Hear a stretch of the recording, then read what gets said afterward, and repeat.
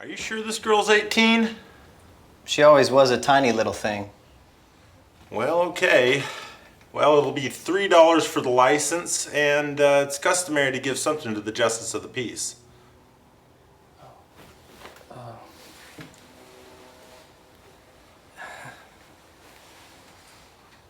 Thanks, buddy. I'll pay you back. Thank you. Take her by the hand. The other hand. Okay.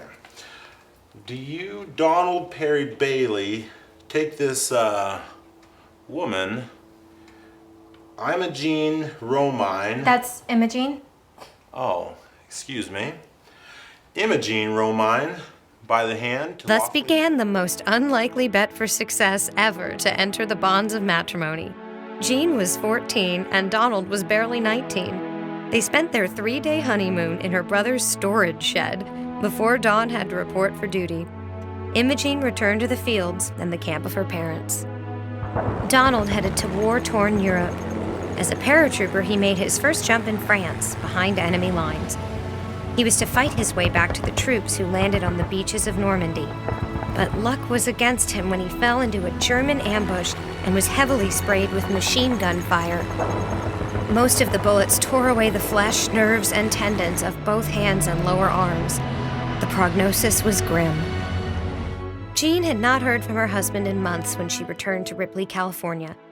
She checked the post office for any news from Dawn and was told that a telegram, with obvious implications, had come and gone. She spent weeks not knowing if Dawn was wounded or dead. Finally, news reached her that Dawn had been shipped back to the U.S. and was in an army hospital on the East Coast. He was alive. Donald suffered one surgery after another. Most soldiers with similar injuries gave up and accepted their fate. But Donald was not one to ever give up. He spent 2 years in army hospitals, having dozens of surgeries and tedious, painful therapies before he was finally discharged from the army and sent back to Jean with the use of both hands. It was a true miracle.